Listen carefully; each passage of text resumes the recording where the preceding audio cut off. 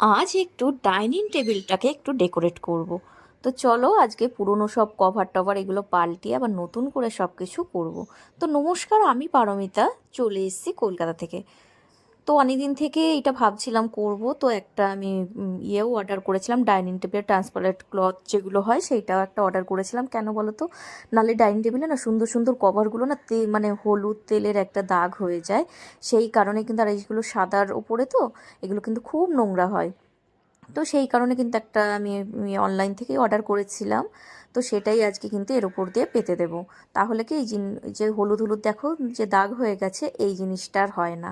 তুমি যতই সাবধানে সাবধানে করো, ডাইনিং টেবিলে একটু তো হলুদ টলুদ বা তেলের একটা দাগ পড়বেই। তাও তো রেগুলার ধরো ভালো করে পরিষ্কার করা হয়, তারপরেও কিন্তু একটু আধটু লেগেই যায়। তুমি কতটা সাবধানে করবে। তো এই ট্রান্সপারেন্ট ক্লথগুলো কিন্তু খুবই ভালো। তো আমি কিন্তু সেটাই অর্ডার করে দিয়েছিলাম, সেদিন দেখছিলাম, দেখে আমার খুব ভালো লেগেছিলো। এই যে এইটা দেখো কতটা সুন্দর হয়েছে। এটা দেখতে সাইডে বেশ সুন্দর ডিজাইনও করা, আর এটা কিন্তু খুব ভালো ওয়াশেবল। তুমি ভালো করে ধুয়ে পরিষ্কার করে নিলে আবার কিন্তু জিনিসটা সুন্দর হয়ে যাবে। এটা দেখে আমার খুবই ভালো লাগলো। তো এইটা কিন্তু আমি নিয়ে নিয়েছিলাম। তো এইটা কিন্তু ওই টেবিল ক্লথটার উপরে পেতে দিলাম। তাহলে দেখো আমার টেবিল ক্লথটাও বেশ ভালো পরিষ্কার থাকলো। মাঝে মাঝে এইটা তুলে ধুয়ে দিলেই পরিষ্কার হয়ে যাবে। আর এইটা কিন্তু কোয়ালিটিটাও খুব ভালো এসেছিলো। তো দেখো সুন্দর করে এটার ওপর দিয়ে পেতে দিলাম, আর নিয়ে নিয়েছিলাম এই ইয়েগুলো, রানারটা। এই রানারগুলোও কিন্তু খুব সুন্দর দেখতে। দেখো দেখতেই পাচ্ছ কতটা সুন্দর লাগছে। আগে কিন্তু অন্য রানার ছিল, এটা কিন্তু টেবিল রানারটা আমি নতুন নিয়েছি।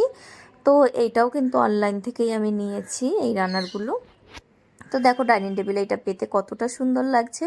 তারপরেও কিন্তু আমি এই নুন রাখার জায়গাটা, তারপরে যেগুলো রয়েছে এগুলো কিন্তু একটু আমি পুছে পরিষ্কার করে নিলাম।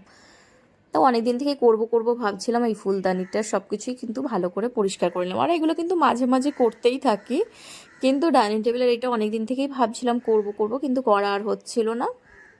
তো আজকে কিন্তু পুছে টুছে পরিষ্কার করে এগুলো কিন্তু লাগিয়ে নিলাম। তো দেখো এখন দেখতে কতটা সুন্দর হয়েছে। আর পুরোনোগুলো কিন্তু কেমন একটা হয়ে গেছিলো, সেই জন্য কিন্তু ওগুলো চেঞ্জ করেছিলাম।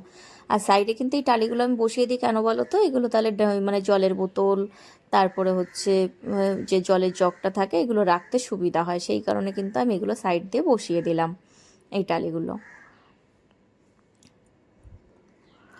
আমাদের ডাইনিং টেবিলটা যেহেতু একটু ডিম্বাকৃতি, দেয়ালের সঙ্গে কিন্তু পুরোপুরিভাবে মানে একটু ফাঁকা হয়ে থাকে, তার জন্য কি বলতো জলের বোতলগুলো রাখতে একটু অসুবিধা হয়।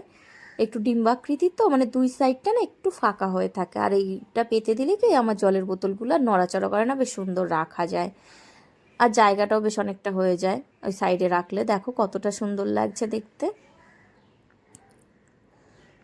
আর আগের যে রান্নারগুলো ছিল সেটা পেছন দিকে দুটো আমি পেতে দিলাম।